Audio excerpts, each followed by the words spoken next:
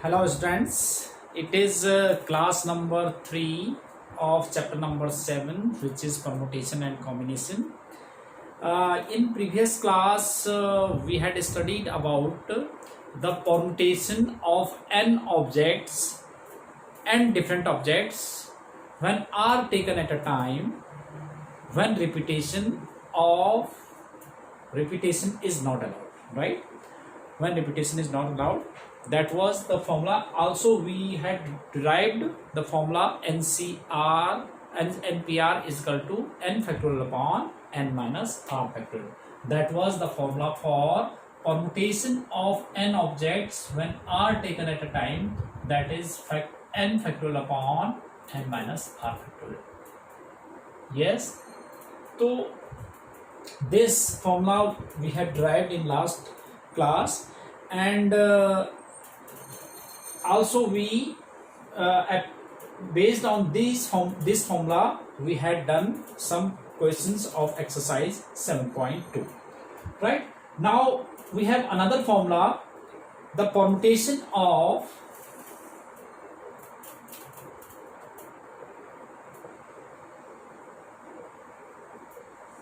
n objects and different objects when are taken at a time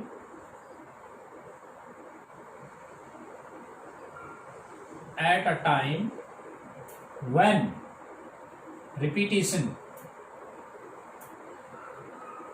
is allowed, or that is given by n to the power r. This is what when the repetition is allowed, right? Let us take an example. Suppose we have 4 digit 1 2 3 4, and we have to use all 4 digits, and we have to make the 4 digit number when the digits are repeated, right? So that is in this case you can see that n is equal to 4 as well as r is equal to 4. Okay, and it means we have to use all the 4 digit which is given in this question, right? So r is equal to 4, so that is total 4 digit numbers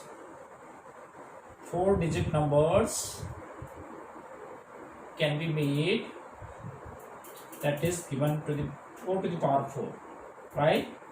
16 into 16, that is 256. So 256 numbers can be made using the digits 1 2 3 4 when the repetition of the digit is allowed, right?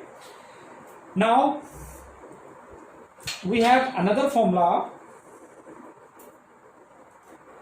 Yes, we have another formula of permutation.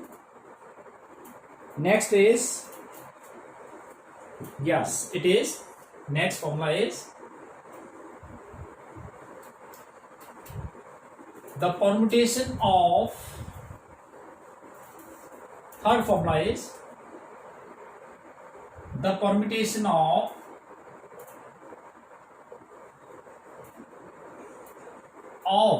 n objects, that means n objects means n different objects, n objects when p objects are of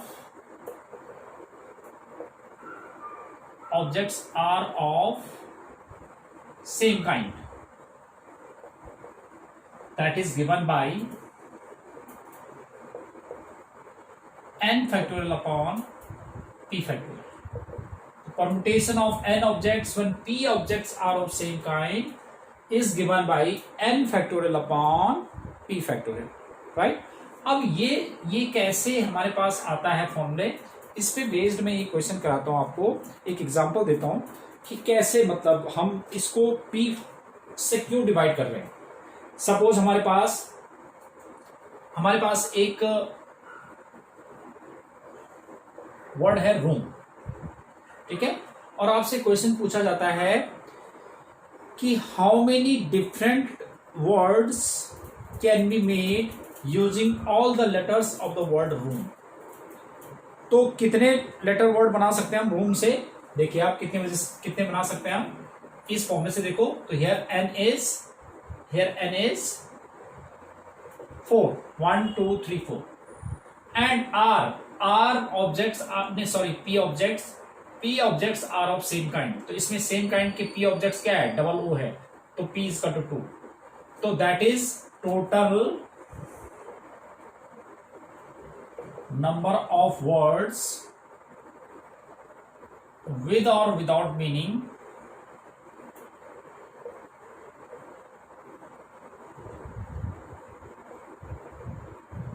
that can be made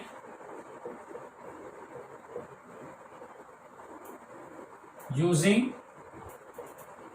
all the letters of the word room,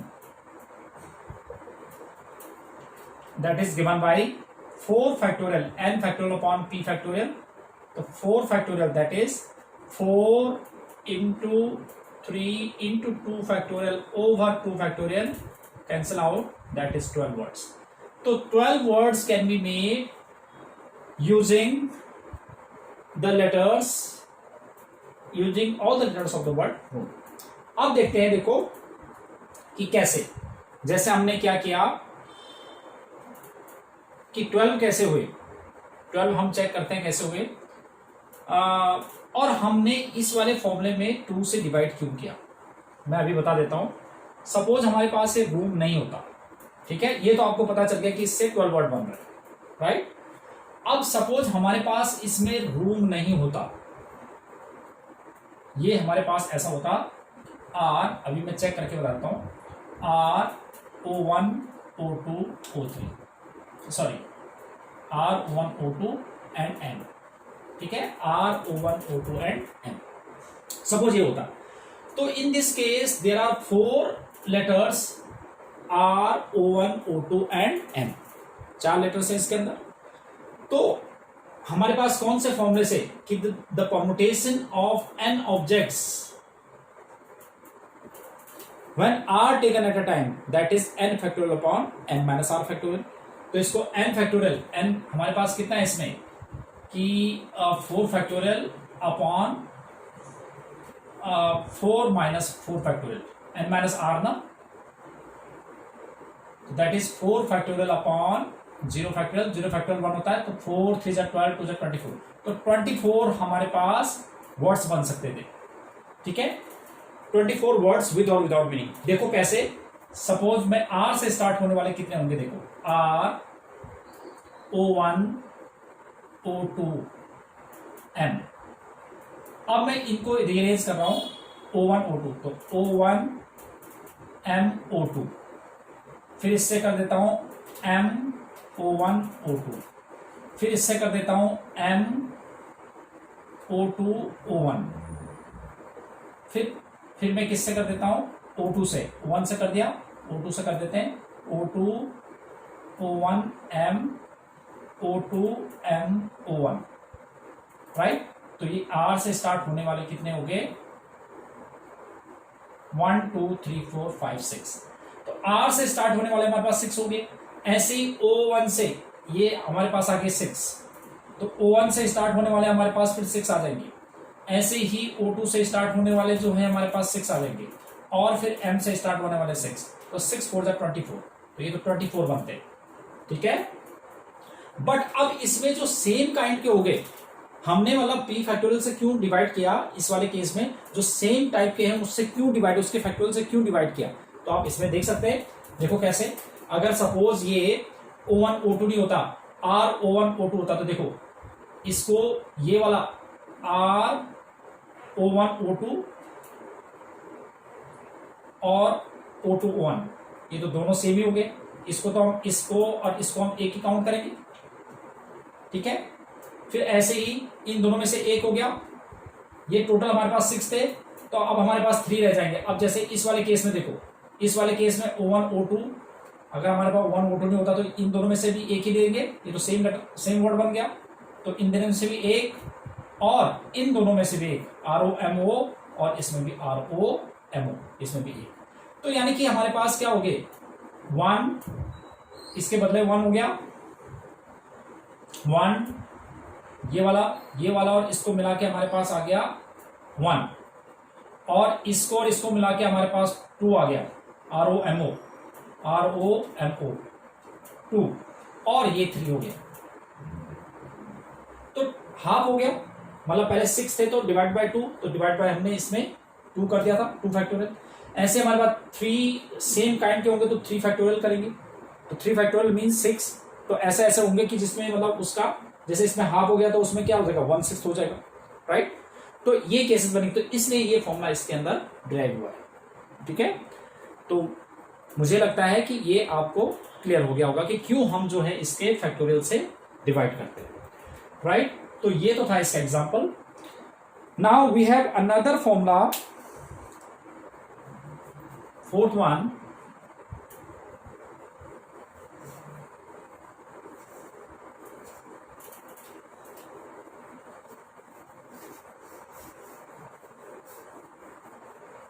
fourth is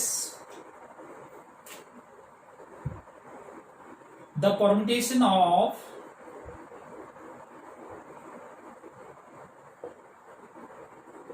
n objects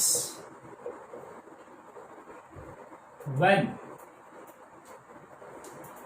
P1 objects are of first kind, P2 objects are of second kind, and so on to Pk objects are of kth kind, is given by n factorial upon P1, P2, P3 and so on to Pk objects. P1 factorial, P2 factorial, P3 factorial and so on, इस तरह से Pkth factorial। तो सबके factorial से हम उसको divide कर देंगे। जैसे इसमें एक फर्स्ट काइंड का है, फिर P2 सेकंड काइंड का, फिर P3, ठीक है, वो थर्ड काइंड का है। तो इस टाइप के क्वेश्चंस में हमारे पास ये वाला फॉर्मूला यूज करेंगे। जैसे हम देखते हैं, एक एग्जांपल देखेंगे आप, एग्जांपल नंबर 9, इस पे based example number 9। Example number 9 is, what is example number 9?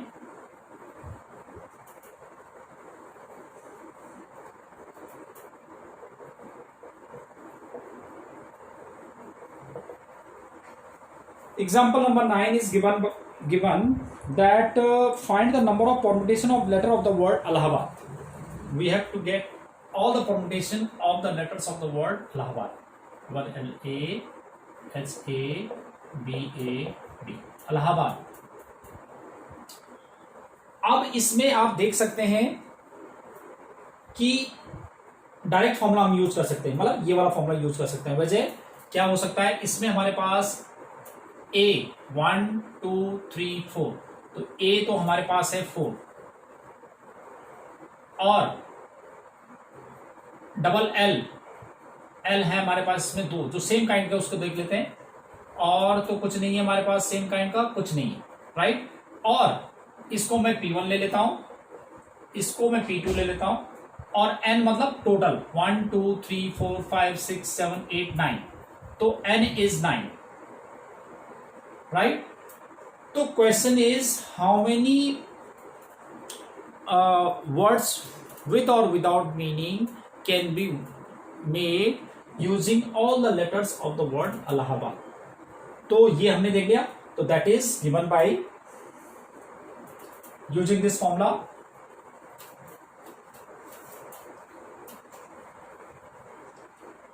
Total number of words can be made, that is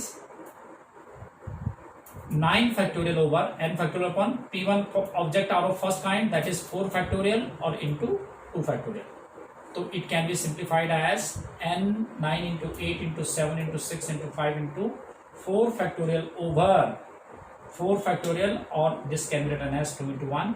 इससे ये कट जाएगा, 2 4 जा 8 कट जाएगा। तो इसको आप जो है कैलकुलेट करके करेंगे तो that is 7560।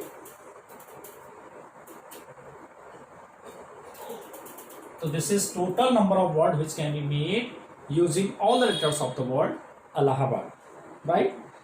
Now we have another example. Example 10 और 11 हमने लास्ट क्लास में कर लिया था। तो now we have example number 12. What is example number 12? Let us discuss. मैं एक पार्ट कराऊंगा आपको, एक आप खुद ही करेंगे।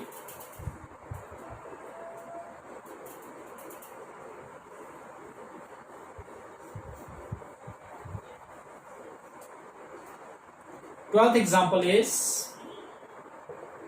first part, if we have NP5 is equal to 42 NP3, NP5 is equal to 42 NP3, and it is given that n is greater than 4. ठीक है, then we have to get the value of n, right? तो NP5 that is n factorial upon n minus 5 factorial, और 42 into n factorial upon n minus 3 factorial।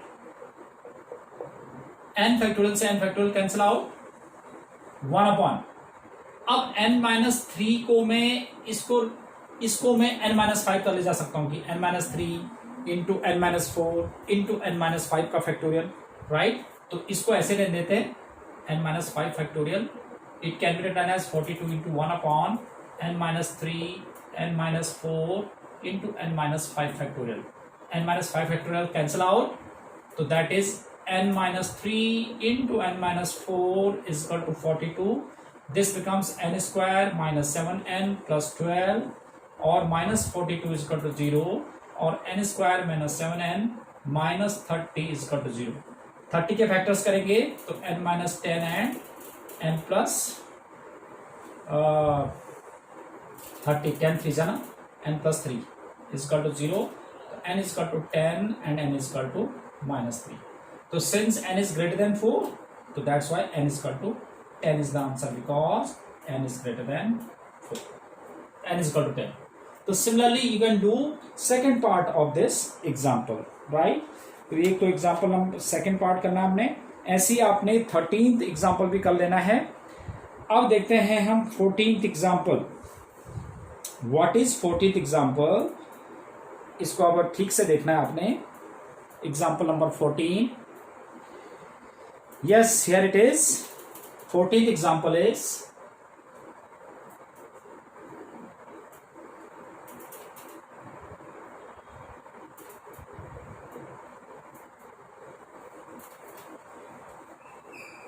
what is 14th example? Find the number of different 8 letter arrangement that can be made from the letter of the word daughter when all vowels, okay, daughter, example number 14,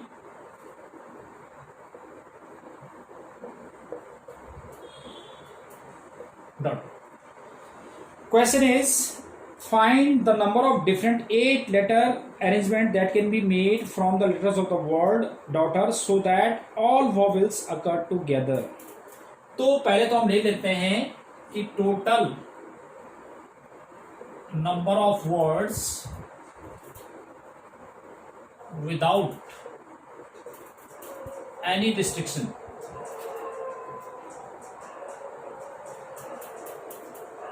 total number of word without any restriction क्या हो जाएगा?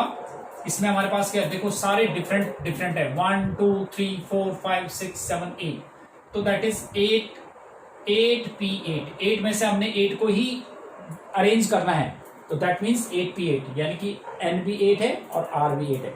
अगर हमें इसमें से 4 को use करना होता तो हम 8p4 करते हैं, राइट? तो 8p8, तो that is 8 factorial upon 0 factorial, because 8 minus 8 factorial, which is 8 factorial upon 0 factorial, तो दिस इज 8 फैक्टोरियल, राइट। ये अभी हम कैलकुलेट कर लेंगे 8 फैक्टोरियल। वो आप बेटा ये कैलकुलेशन आप करेंगे, मैं अभी ऐसे छोड़ रहा हूं, आपने कंप्लीट करना। Now first part question is all vowels occur together. Now number of words when all vowels occur together. All vowels occur together. तो अब इसमें देख लेते हैं कि हमारे पास वॉवेल्स कौन से हैं। ए यू ई, ये 3 वॉवेल्स हैं हमारे पास, इनको एक साथ रख देते हैं, A U E G H T R, ठीक है। तो इस पूरे, क्योंकि वॉवेल्स एक साथ होनी चाहिए, तो मैं इसको जो है एज 1 काउंट कर लूंगा। तो अब ये सारे डिफरेंट हो गए, 1 2 3 4 5 6, तो दैट इज 6 फैक्टोरियल, 1 2 3 4 5 6, तो दैट इज 6 फैक्टोरियल, ठीक है। जैसे जैसे हम 8 में से 8 को यूज करते हैं तो उसका आंसर आता है 8 फैक्टोरियल। ऐसे हम 6 में से 1 2 3 4 5 6 में से 6 को यूज करेंगे तो दैट इज 6 फैक्टोरियल। अब इसके अंदर ये है कि अब इसको हमने एज ए, जहां भी ये शिफ्ट होगा ये पूरा तीनों के तीनों एक साथ होंगे, बट ये अंदर ही अंदर भी तो अरेंज हो सकते हैं। तो bye fundamental principle of counting से कि if an event can occur in m different ways followed by another in m, तो total number of occurrence of that event is m into n, तो इसको multiply कर देंगे। अब ए U ई को भी हम अंदर अंदर अरेंज कर सकते हैं बाई 3 फैक्टोरियल से, कि 3 में से 3 को ही हम चेंज कर सकते हैं, दैट इज 3 फैक्टोरियल। तो now it was second part, और ये कैलकुलेट आपने करना है, right. And second part, first part it was and all verbals do not occur together. The second part is number of permutation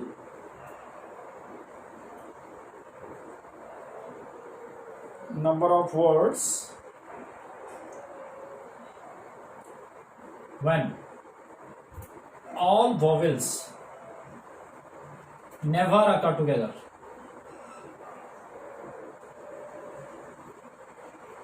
So that will be given by कि total number of words without any restriction में से उसको minus कर देंगे जिसमें vowels एक साथ आ रहे हैं, तो that is 8 factorial minus 6 factorial into 3 factorial, right.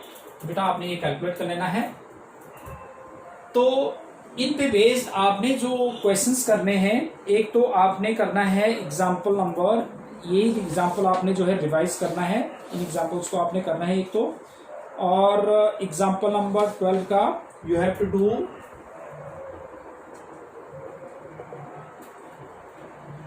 Example example 12 second part and example 13 14 मैंने करा दिया, एग्जाम्पल 15 करेंगे एंड एग्जाम्पल 16, ठीक है बेटा। और इन जो मैंने आपको क्वेश्चंस करा दिए हैं उन पे बेस्ड एक्सरसाइज से 7.3 एक्सरसाइज से 6, 7 and 9th question, 6, 7, 9th and 10th exercise